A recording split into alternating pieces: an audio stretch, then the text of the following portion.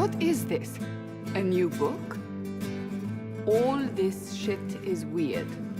Oh, Varric, that is a terrible title. What are you even thinking?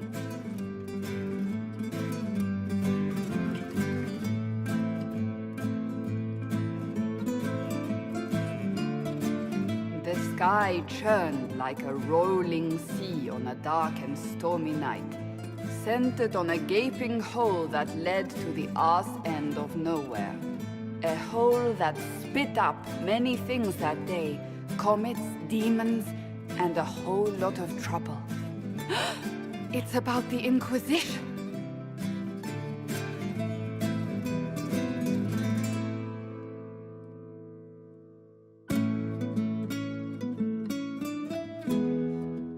The din of the tavern cut the silence like it owed the carter money. In the middle, in her element, Red Jenny. She looked me up and down, mostly down. "Not playing, weirdy," she said, gesturing with and dismissively eating a sandwich. "Don't write that. Seriously, piss up a rope." Sarah made the subtext text, which suited me fine.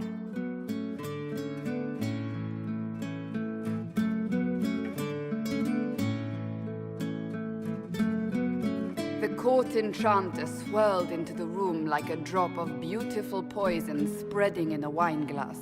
She sized me up with a glance. "I'm so glad you made it, my dear," she said. "I am Madame de Fair, the most terrifying person you shall ever meet."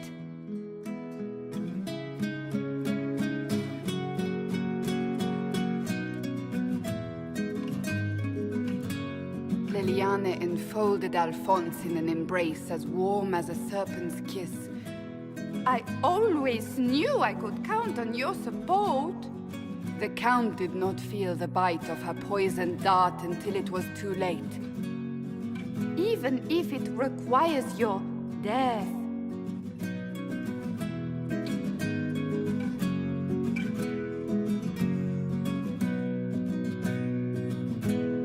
Drops of rain glistened on the griffin medallion grasped tightly in Blackwall's hand. "The silverite wings of valor, they mean nothing." He flung the medal to the cold and uncaring ground. "You don't know what I've done. You don't know me." So romantic.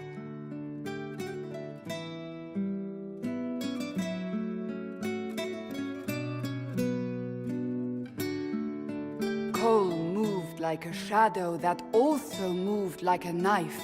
A shadow wearing a hat where dreams came to die. "It's a riddle," he whispered. "A cold riddle that gnaws at your mind, but you'll feel better when it's gone." That makes as much sense as anything Cole says.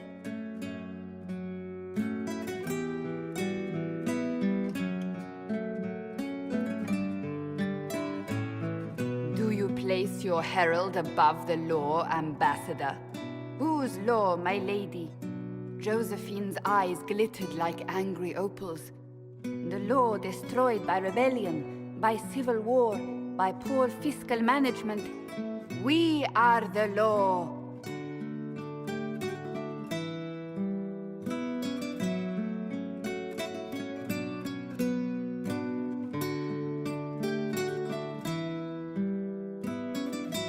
We left our mark on adamant, but the dust hadn't settled, and neither had Harding. "I can offer you a drink, if I catch your meaning." "If you'd caught my meaning, you'd have offered a double." What is even happening here?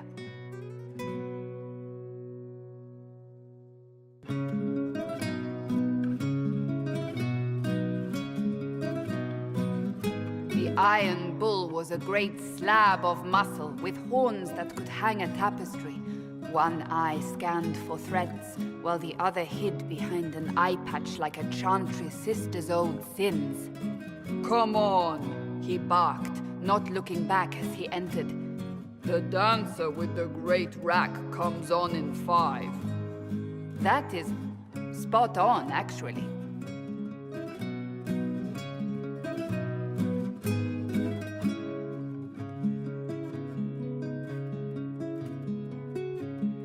The commander had the look of a Templar who had seen the worst of humanity, yet still had the time to style his hair.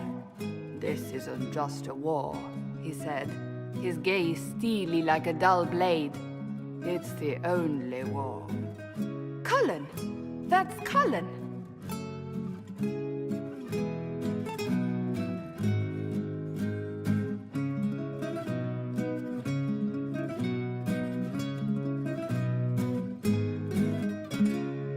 The mage wore a class of handsome sneer cultivated by 1,000 years of Tevinter elitism.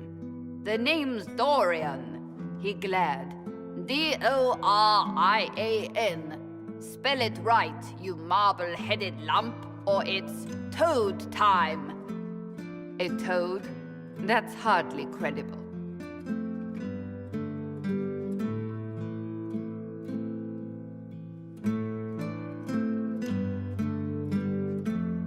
The bold elf spun, mage staff crackling like the city after a good man's murder.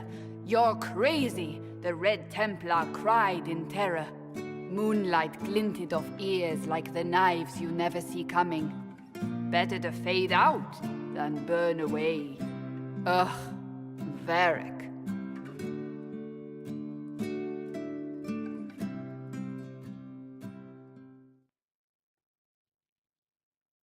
Wait, where am I?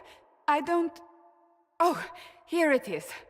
The Seeker clutched at my vest, her tears as desperate as they were pitiful. "Varric, I was wrong about everything," she sobbed. "Could you find it in your noble heart to forgive me?" That dwarf, he put me in the book! I'm in the book! I am reading the shit out of this!